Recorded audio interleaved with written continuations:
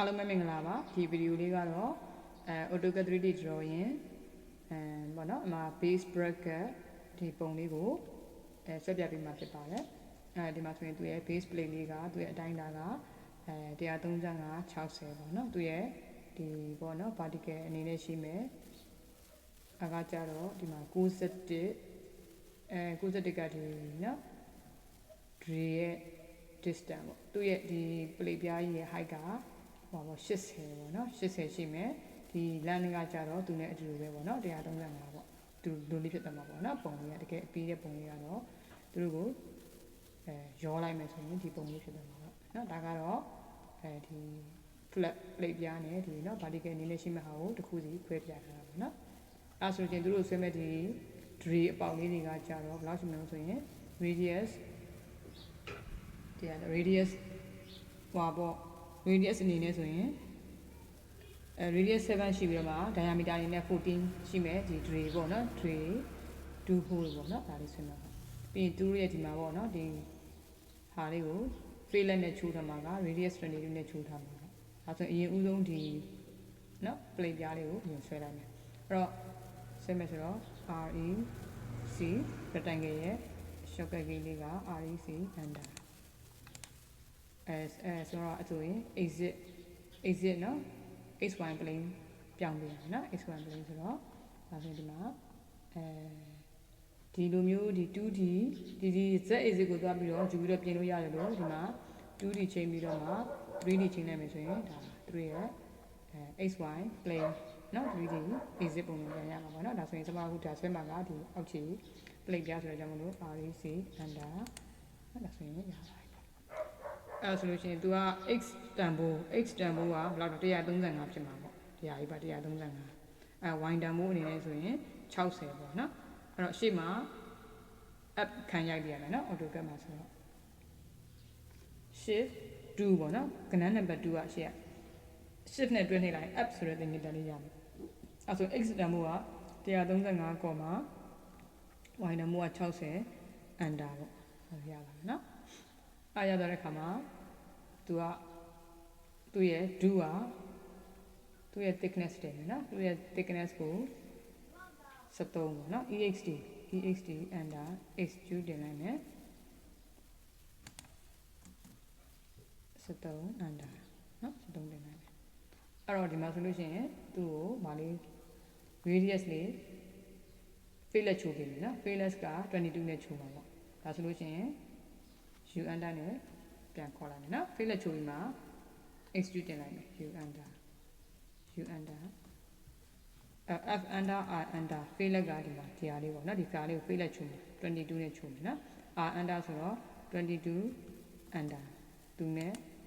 ပြီးရင် space bar တစ်ချက်ပုံမယ်သူနဲ့ဒါဆိုရင်သူ့ကိုဟောပေါ့dre အပေါက်လေးတစ်ခါတည်းဆွဲရင်လည်းဆွဲကြလိုက်မယ်နော်ဒါဆိုလို့ရှိရင် c under radius က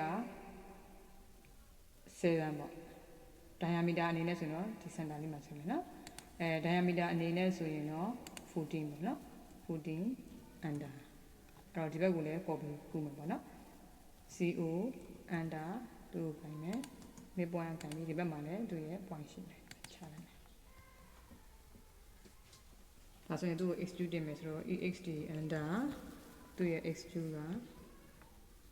သူ့ကိုတင်မယ် under ခေါင်းမယ်73 under ပြီးရင်သူ့ကို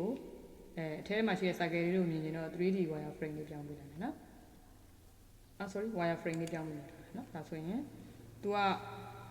ဒီ solid ထဲကိုဒီ circle လေးတွေကဖောက်မှာနော်ဟောလို့ဖြစ်အောင်ဖောက်ပြမှာအဲ့တော့သူ့ရဲ့ do ကိုတင်တဲ့အခါမှာကျတော့ဘယ်လောက်ပဲ height မြင့်ရတယ်နော်ဘာလို့လဲဆိုတော့ तू ကတကယ်တမ်းဆွဲနှုတ်တင်မှာပေါ့နော် subtract လုပ်ပြင်မှာပေါ့အဲ့ကျတော့ तू ကိုတိုက်တလောက် do နဲ့တင်လို့ရတယ်ပေါ့နော်အဲ့တော့ exd under space bar ချက်ပုံမယ် space bar ချက်တက်ပုံမယ်ထားလိုက်ပြီးရင်သူ့ကိုလည်းတိုက်တလောက်တင်ပါဟုတ်လားဒါဆိုရင်တော့ဘာလို့ရပြီလို့ဆိုရင်သူ solid နဲ့ခြေကြည့်လိုက်မယ်ဒီလိုပုံစံပေါ့လိုရမှာပေါ့နော်အဲ့ဒါမှ subtract နဲ့နှုတ်မယ်နော် su under သူ့ထဲကနေမှ under တစ်ချက်ကောက်မယ်သူ့ကိုနှုတ်မယ် under တစ်ချက်ထပ်ကောက်မယ် ဟုတ်ပြီနော်ခုနကအဲ့ဒီ subtract ဆိုတဲ့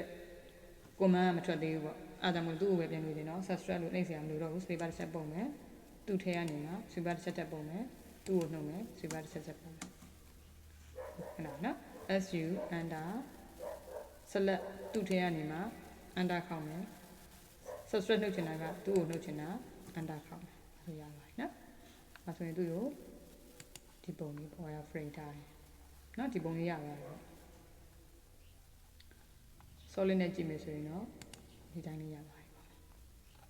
နော်အဲဆိုလို့ရှိရင်နောက်ထပ်ဒီဘက်ကဒီ vertical အနေနဲ့ရှိမှာဆိုဒါဆိုရင် तू ကဒီဘက်ကနေမှာနော် view ပြောင်းအောင်လုပ်ပါပေါ့နော်အဲ့တော့ x1 plane မှာဒါဆွဲလိုက်တာရပါတယ်ဒီဟာကျတော့ဝင်ရိုးပြောင်းမယ်နော်ဝင်ရိုးပြောင်းမယ်ဆိုတော့right exit ဟော right view အနေနဲ့ပြောင်းပေးရမှာပေါ့နော် right view အနေနဲ့ပြောင်းမယ်ဆိုတော့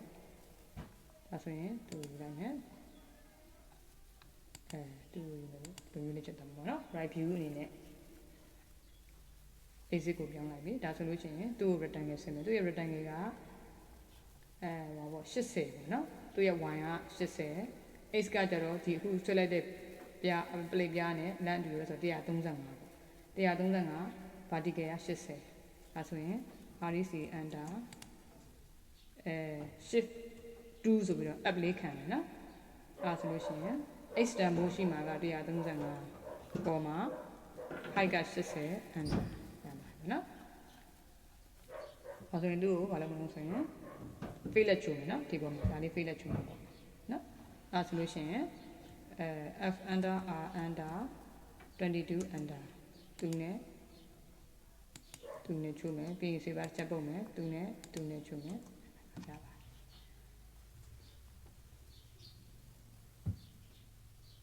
ရသွားပြီဆိုလို့ရှိရင်ဒီမှာမဆွဲမလဲဆိုတော့ဒီမှာ tray လေးဆွဲမယ်ပေါ့နော် tray က sonar brown နဲ့ဆွဲမယ်ဆိုတော့ diameter 14ပေါ့ diameter 14ဆိုတော့ c under သူရဲ့ point ကအဲ့တော့ဟိုလိုလေးလုပ်လိုက်မယ်နော်သူ့ကို extrude ထုတ်ထားရင်လည်းရမယ်နော်ဒီတန်းတိုင်းဆိုရင်သူကဘာမဖြစ်ဘူးသူ့ရဲ့ point မပေါ်ဘူးနော်ဒါဆိုရင် EXD under thickness ရှိလာမှသူက point ပြမယ်73 under ဒါဆိုရင်သူ့ကို wire frame လေးထားလိုက်ဒါဆိုရင် C under ဟောအခုကျမှပြတာနော်သူကသူက diameter ဆိုတော့ဒီမှာ diameter လေးကိုနှိပ်မယ်ပြီးတော့14 under ဟုတ်ဒါဆိုလို့ရှိရင်သူ့ကို extrude ဆွဲထုတ်မယ် extrude နဲ့ဆွဲထုတ်လိုက်မယ်နော်စောနာလိုပဲပေါ့ဒီထဲထဲကနေမှဒီ solid ထဲကနေမှဒီ drill hole နေရာလေးကအပေါက်ဖောက်ချင်တာဆိုတော့တိုက်တဲ့လောက်ဆွဲထုတ်လိုက်မယ်ပြီးရင် substrate နဲ့နှုတ်ပြန်ပါဆိုတော့အဲဆိုလို့ရှိရင် EXD ပေါ့နော် EXD under သူ့နောက်ကိုတိုက်တဲ့လောက်ဆွဲထုတ်လိုက်အဲ့ဒါပြီးအောက်ကိုလည်းသူ့ကိုဘာလို့လုပ်အောင် copy ကူးအောင်မယ်နော် copy အဲ့ဆိုရင်ဒီလို copy ကူးပြီးမှပဲဆွဲထုတ်ချင်တယ်ဆွဲထုတ်လိုက်အဲ့လိုလေးရနော်သူကကျတော့ဒီ circle အနေနဲ့ရှိမှာမဟုတ် sorry ဒီလိုမျိုးလေးပုံစံဖြစ်သွားမှာနော်ခုနလိုမျိုးဒီ tray ကဒီ circle တွေမဟုတ်ဘူးပေါ့ဒီမှာဒီလိုပုံစံလေးဆိုတော့ချက်ပြန်ပြင်ပေးရတယ်အဲ့ဒါဆိုရင်ခုနက command ကိုမလို့ခြင်းဘူးဆိုတော့ u under နဲ့ပြန်သွားလိုက်မယ်အဲ့တော့အောက်မှာသူ့ကို copy ပွားမယ် co under သူ့ကိုင်မယ်ဒီကကိုင်ပြီးတော့မှဒီအောက်မှာဘယ်လောက် distance လို့ဆိုရင်သူကအတိုင်းတာဘယ်လောက်ပေးထားလို့ဆိုတော့ဒီကလို့ဒီမှာဆိုရင်သူက distance ဘယ်လောက်ပေးထားနော်တစ်ချက်ကြည့်လိုက်သူရဲ့ distance က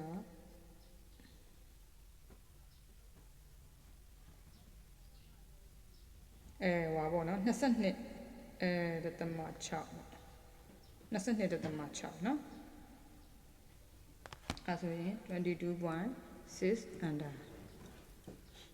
အဲ့ဒါဆိုလို့ရှိရင်သူ့ကို line လေးနဲ့ဆက်လိုက်မယ်ဒီမှာ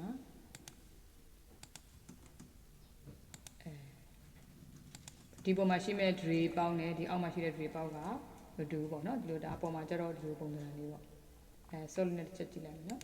ဒီလိုလေးပေါ့နော်ဆိုတော့ခုနကဒါ circle လုံးကဒီပေါ်မှာကဒီလိုပုံစံလေးပေါ့နော်အားကြောင့်မို့လို့ဒီလိုပုံစံလေးရအောင်တွားမှာပေါ့နော်ဒါဆိုရင် wire frame လေးပြန်ထားလိုက်မယ် ဒါဆိုရင်မလိုတဲ့ဟာလေးဖြတ်မယ်ဆိုတော့ tr under ဆိုတော့သူ့ဖြတ်မယ်ဒါဆိုကိုလိုချင်တဲ့ tray ပေါက်လေးရသွားပြီပေါ့ဟုတ်ပြီနော်အဲ့တော့ဒီ tray ပေါက်လေးကိုပေါ့ဒီဘက်မှာ copy ပွားလိုက်မယ်နော်အဲ့တော့ copy မပွားခင်ဘာလို့မလုပ်ဆိုရင်သူတို့ကအခုအပိုင်းပိုင်းအစိတ်စိတ်လေးတွေဖြစ်နေတာပေါ့ဒါဆိုရင်သူကဟိုဖြစ်လို့မရဘူးလေ execute ထုတ်လို့မရဘူးပေါ့သူက region ဖြစ်မှနောက်ကို solid ဖြစ်မှနောက်ကို execute ထုတ်လို့ရပါဘူးเนาะဒါဆိုလို့ရှိရင် reg သူတို့အကုန်လုံးမလုပ်ပြလိုက်ဘူးเนาะရောပေးလိုက်ပါဟုတ်နော်ဒါဆိုလို့ရှိရင်သူတို့ခုဒီဟာလေးရဲ့ဟာပဲအကုန်လုံးเนาะ select ကောက်ဝင်တယ်เนาะဒါဆိုလို့ရှိရင် window လေးကောက်လိုက်ရပြီဒါဆိုရင်သူ့ကိုတစ်ချက်နေလိုက်တယ်ねသူက region ဖြစ်သွားပြီပေါ့เนาะ region ဖြစ်ပြီဆိုလို့ရှိရင်မလုပ်ရပြီလို့ဆိုရင်ဒီဘက်ကို copy ပွားပြီးတော့မှတစ်ဖက်စီကို execute ထုတ်ခြင်းလည်းရတယ်ပေါ့ဒါမှမဟုတ်ရင်ထုတ်ပြီးကမှဒီဘက်ကို copy ပွားလည်းရတယ်ပေါ့နော်ဒါဆိုရင် ext under သူ့ execute ထုတ်မယ်subtract လုပ်ပြင်မှာဆိုတော့ကြိုက်သလောက်ထုတ်လိုက်လို့ရတယ် okay ဟုတ်ပြီနော်ဒါဆိုလို့ရှိရင်ဟိုဘက်ကို copy ကူးလိုက်တော့မယ် co under သူ့ execute ဆိုတော့ execute ကရှိရ command အများတန်းဝင်နေတတ်တယ်เนาะအဲ့ဆိုလို့ရှိရင် sk နဲ့ထွက်ပြီးမှနောက်ထပ် command ကိုပြန်ရိုက်တာပို့အဆင်ပြေတယ်တခါကြရင်space bar ဆက်ပို့ဝင်နေဒီရှိရတုံးထားတဲ့ command မထွက်ဘူးအဲ့ဒါဆက်ပြီးတော့ရှိနေတာပေါ့เนาะအဲ့ဆိုရင်နောက်ထပ် command သုံးမိမယ်လည်းမရဘူးเนาะအဲ့ကြတော့ sk လေးနဲ့ထွက်လိုက်မှနောက်ထပ် command ကိုထပ်ရိုက်လို့ရတယ်เนาะခုနကတော့ဘလောက်ပဲ hq ကိုရိုက်ပြီးမယ်ခုနကပေါ့เนาะရှိရ commandမပြောက်ဘူးဖြစ်နေเนาะအဲ့ကြတော့လုပ်လို့မရဘူးပေါ့ဒါဆိုလို့ရှိရင် sk နဲ့ဟို hq command ကိုထွက်လိုက်ပြီဆိုတော့ဒါလေးကိုဘာလို့မလဲ move နဲ့ရွှေ့ copy နဲ့ရွှေ့မယ်เนาะ co under ဒါဆိုရပြီဒီကနေကြိုင်လို့ဆိုတော့ဒီကနေကြိုင်ပြီးတော့ဒီမှာလည်း point ရှိမယ်ပေါ့เนาะသူကလည်းဒီမှာ point ရှိတယ်เนาะဒီမှာ point လေးပြရတယ်เนาะဒီမှာတင်လိုက်ရပြီဒါဆိုလို့ရှိရင် solid နဲ့ကြည့်လိုက်မယ်ဒီလိုပုံစံလေးရှိမှာပေါ့ဟုတ်ပြီเนาะဒါဆိုလို့ရှိရင် region ပြန်ထားလိုက်မယ် region မထားလဲရတယ်เนาะ subtract နဲ့နှုတ်မယ် su under ဒီထက်နှုတ်မအောင်ဒီထက်နှုတ်မယ် space bar တစ်ချက်ပုံမယ်သူရဲ့တစ်ခါလေးပိုက်ပုံဟုတ်လေဒီမှာတစ်ချက်ပြန်ပြောလိုက်မယ်အခုဒီမှာနှိပ်လိုက်တဲ့အချိန်မှာသူ့ရဲ့ဒီ solid ကဒီမျက်နှာပြင်ရှေ့ထိလာပြီးတော့ပြရတယ်เนาะဒါဆိုရင် subtract လုပ်ဖို့အတွက်အဆင်ပြေတယ်အခုဒီဘက်ကို copy ပွားလိုက်တဲ့ဟာဒီရှေ့ထိလာပြီးတော့မှဒီမှာဆိုရင်ဒီရှေ့မျက်နှာစာမှာလာပြီးတော့မှဒီမှာလေเนาะအရာလေးပြရတယ်ပေါ့เนาะသူ့ရဲ့ဒီနောက်ကဟိုပါပေါ့ subtract လုပ်မဲ့ဟာရဲ့ region လေးကိုလာပြတယ်အခုဒီဘက်မှာဆိုလို့ရင်မပြတော့ခါကျတော့ subtract လုပ်လို့မရဘူးဟာဘာဖြစ်လို့လဲဆိုရင်ခုနက copy နဲ့ကူးလိုက်တဲ့အချိန်မှာအနောက်ကိုစောင်းသွားတာဖြစ်မယ်ဟုတ်ပြီနော်ဒါဆိုလို့ရှိရင် u under နဲ့ပြန်ထွက်လိုက်မယ်ဒါဆိုဥပမာအရင်ဦးဆုံးနှုတ်ပြန်လိုက်မယ်နော်ပြီးမှ u under နဲ့ပြန်ထွက်လိုက်မယ်နော်အဲ့တော့ subtract နဲ့လုပ်ပြန်မယ်ဒီဘက်ကဟာရပြီဒီဘက်ကဟာရမှာမဟုတ်ဘူးနော်အဲ့ဒါဆိုလို့ရှိရင် su under သူ့ကိုနှုတ်မယ် under ခေါက်မယ်သူ့ကိုနှုတ်မယ် su under ဒီထဲထဲကနေမှ under ခေါက်မယ်သူ့ကိုနှုတ်မယ်ဟိုလာမယ်နော်တစ်ချက်ဟိုမထွက်သေးဘူးဖြစ်နေနော် command မထွက်ဘူးဖြစ်ဒါရပြီ su under ဒီထဲထဲကနေမှနှုတ်မယ် under ခေါက်မယ်သူ့ကိုနှုတ်မယ် under ခေါက်မယ်လို့ဖြစ်သွားမယ်ဒီဘက်ကဟာလုံးဝနှုတ်လို့ရမှာမဟုတ်ဘူးကျမတို့ copy နဲ့ကူးလိုက်တဲ့အချိန်မှာအနောက်ထပ်ကိုစောင်းသွားတယ်နော်ဒါဆိုရင်နှုတ်ပြမယ်နော် su under ဒီထဲထဲကနေမှsolid နဲ့မေးတယ်ဟုတ်တယ်ဖြေလိုက်မယ်နော် under ခေါက်မယ်သူ့ကိုနှုတ်မယ် under ခေါက်မယ်ဒီမှာလာပြီးမပေါက်ဘူးဟုတ်တယ်နော်အဲ့ဒါဆိုရင် copy ကူးလိုက်တဲ့အချိန်မှာဟိုဘက်မှာအနောက်ထဲကိုနည်းနည်းလေးစောင်းသွားတယ်အဲ့ဒါကိုပြနေတာပေါ့နော်ဒါဆိုလို့ရှိရင် u under နဲ့ရှေ့ရဟာတွေကိုပြန်ခေါ်လိုက်မယ်နော် u under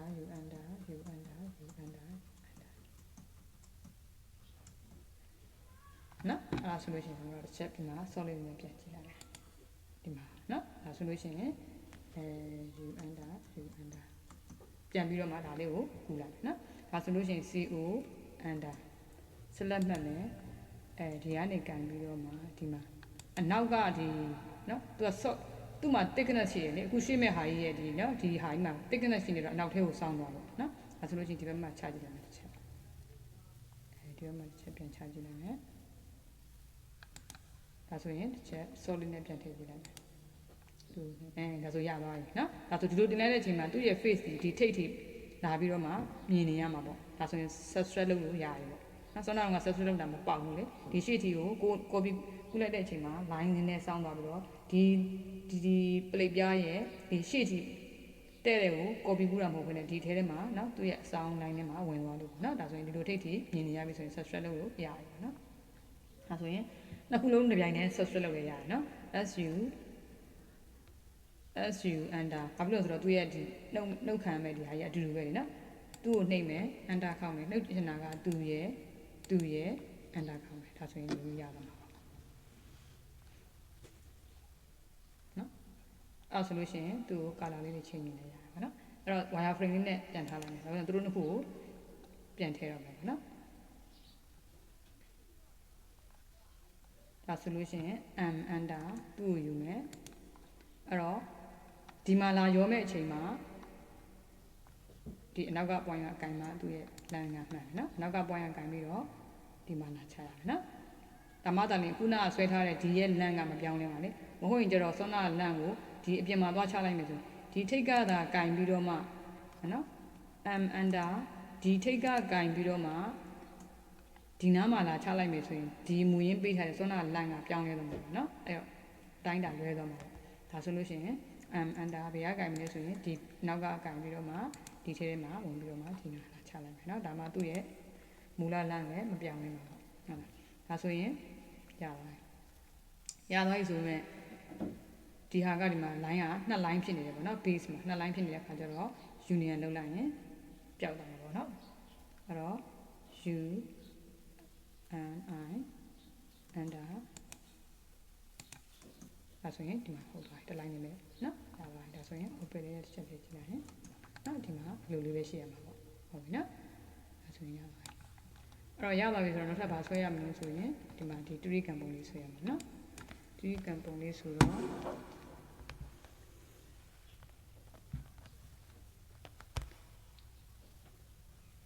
ဒီကံပုံလေးဆိုတော့ဒီမှာ line လေးဆွဲလိုက်မယ်เนาะ wire frame ထားပြီးတော့မှ